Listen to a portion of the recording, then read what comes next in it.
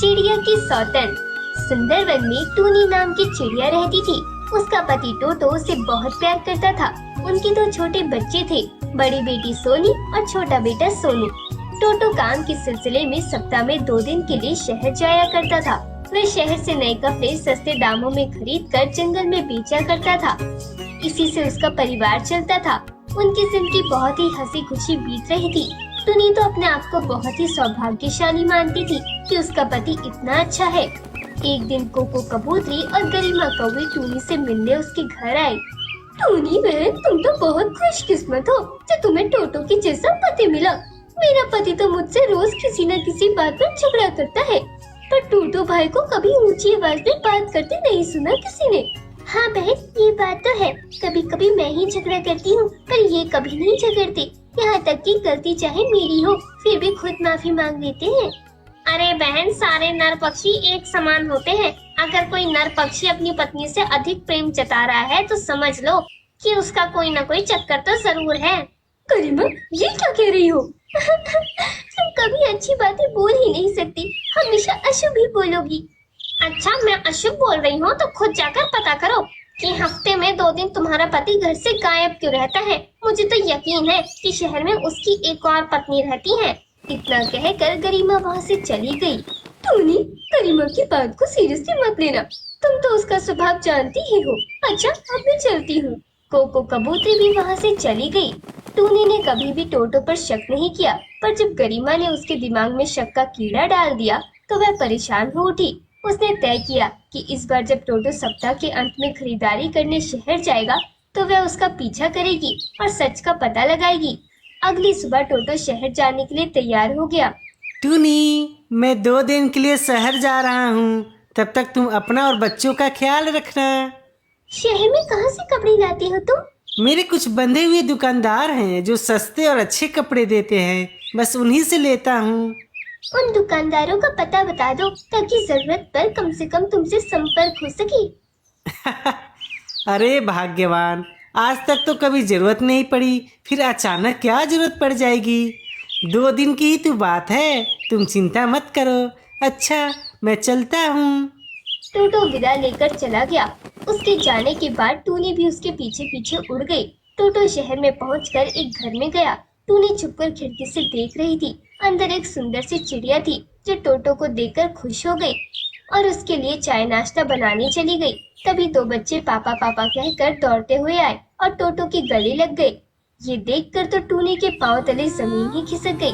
गरिमा ने सच कहा था, जब कोई नर पक्षी अपनी पत्नी से हद से ज्यादा प्रेम जताता है तो इसका मतलब वह उससे नाटक कर रहा है। गुस्से से भरी टूनी उस घर का दरवाजा खटखटाने लगी। टोटो ने दरवाजा खोला तो सामने टूनी को देखकर चौंक गया। तभी वह सुंदर चिड़िया भी वहाँ आई जो टूनी की सौतन थी। अच्छा, तो ये दुकान है जहाँ तुम्हें सही कीमत पर अच्छे कपड़े खरीदने होते हैं। तुम इतने सालों से मुझे धोखा दे रहे थे। तुम्हारी एक पत्नी और 2 बच्चे भी हैं। मेरी सौतन लाने से पहले तुमने एक बार भी नहीं सोचा क्या कमी थी मेरे प्यार में? टूनी, तुम गलत समझ रही हो। टूनी बहन, मैं तुम्हें बताती हूँ, असल में मेरे पति को एक गिद्ध ने खा लिया था, जिसके बाद मैं अकेले ही 2 बच्चों को पाल रही थी। तब टोटो ने मेरी बहुत सहायता की, अतः मुझसे प्रेम हो गया और हमने दूसरी शादी कर ली। मेरे बच्चे तब बहुत छोटे थे, इसलिए जब वे बड़े हुए तो इन्हें अपना पिता समझने लगे। इन्हें अपने असली पिता के विषय में कुछ भी नहीं पता था। क्यों? तुम्हारी सहायता करने वाले से शादी करना क्यों जरूरी हो गया तुम्हारे लिए? तुम उन्हें राखी भी तो बांध सकती थी। अगर तुम इन्हें अपना भाई बना लेती तो तुम्हारा क्या बिगड़ जाता? टूनी रोते रोते वापस उड़ गई। टोटो उसे पुकारता रहा पर उसने उसकी एक बात नहीं सुनी। टूनी सुंदरवन पहुंची तो रो रो कर उसका बुरा हाल था। उसे समझ में नहीं आ रहा था कि वे अपने 2 बच्चों को कैसे पालेगी। अब वो अपने धोखेबाज पति के साथ नहीं रहना चाहती थी। अगले दिन टोटो शहर से वापस आ गया। अब क्या करने आए हो? चले जाओ यहाँ से। मैं अब तुम्हें कभी अपने घर में घुसने नहीं दूंगी। मैं अपने बच्चों से मिलने दूंगी। तुमने हम सबको धोखा दिया है। टूनी के इस तरह चिल्लाने से सभी पक्षी बाहर आ गए। क्या हुआ टूनी, क्यों झगड़ रही हो? आज तक तो तुम दोनों के झगड़ों की आवाज भी घर से बाहर नहीं आई, पर आज तुम टोटो को घर में ही नहीं आने दे रही हो। क्या बात है? मेरे पति ने शहर में एक और पक्षी से विवाह कर रखा है जो विधवा हो गई थी और जिसके 2 बच्चे भी हैं। ये मुझे कई सालों से मूर्ख बना रहे हैं। कहा था कि सारे पक्षी एक समान होते हैं। आखिर मेरी बात सच साबित हुई। अच्छा, तो ये आग तुम्हारी लगाई हुई है? टोटू भैया, तुमसे हमें ऐसी आशा नहीं थी। हम तो तुम्हें शरीफ समझते थे। वो लोग अभी टोटो को बुरा भला कह ही रहे थे कि दूर से एक सुंदर चिड़िया तो बच्चों के साथ उड़कर आती दिखाई दी। लो जी, मैं आ गई। आज यही रहूंगी तुम्हारे साथ। आखिर ये मेरा भी तो घर है। उसे देखकर टूनी जोर जोर से रोने लगी। रोना बंद करो, आज से ये तुम्हारी सौतन यहीं रहेगी। बस फिर क्या, वो सौतन चिड़िया भी उनके घर में रहने लगी। वो प्यार से टोटो को सुबह जगाती, उसे प्यार से खाना बनाकर खिलाती और टोटो उसके स्वादिष्ट खाने की तारीफ करता न थकता। एक सप्ताह बीत गया।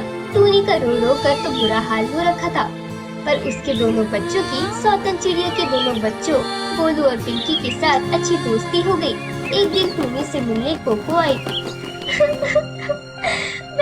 मेरी सौतन तो जादूगरनी है। आजकल तो मेरे बच्चे भी उसी के गुणगान करते हैं और उसके बच्चों के साथ खेलते हैं। ऐसा लगता है जैसे उन्हें मेरी जरूरत ही नहीं। अब मैं क्या कहूँ, लगता है तुम्हारे सुखी जीवन को मेरी नजर लग गई है। कहा तो मैं टोटो भैया को एक अच्छा पक्षी समझती थी, पर अब तो लगता है कि भले ही हमारे पति हमसे लड़ते हैं, पर कम से कम हमारी छाती पर लाकर कोई सौतन तो नहीं बिठा दी। उसी समय एक सुंदर चिड़ा टोनी के घर आया। नमस्ते भाभी जी। आप कौन हैं? उसी समय टोटो भी वापस लौट आया। अरे दीपू, तुम कब आए? आज ही विदेश से लौटा हूँ, तो सोचा अपनी पत्नी और बच्चों से मिलाऊं। हाँ हाँ, दीपा भाभी यहाँ बड़े मजे से हैं। तभी सौतन चिड़िया भी बाहर आ गई। अरे, आप आ गए। कुछ दिन और रुक जाते। मुझे तो यहाँ बहुत अच्छा लग रहा है। सुंदरवन बहुत हरा भरा व साफ सुथरा है। यहाँ शहर का शोर शराबा भी नहीं है। तो आप दीपा भाभी हैं? मैंने तुमसे कहा था ना कि शहर में मेरा एक दोस्त है जो हमेशा मेरी मदद करता है, और उसकी पत्नी बहुत मजाकिया है। उन्होंने अपने बच्चों से कह रखा है कि मैं उनका चाचा नहीं पापा हूँ। फिर तुम भी नहीं समझी? ओह, शक के कीड़े ने मेरी बुद्धि चढ़ ली थी, इसलिए मुझे ये बात याद ही नहीं रही। तो क्या मेरे अलावा सभी को इस मजाक के बारे में पता था? टूनी के बच्चों ने व बाकी सबने हाँ में सिर हिलाया और हंसने लगे।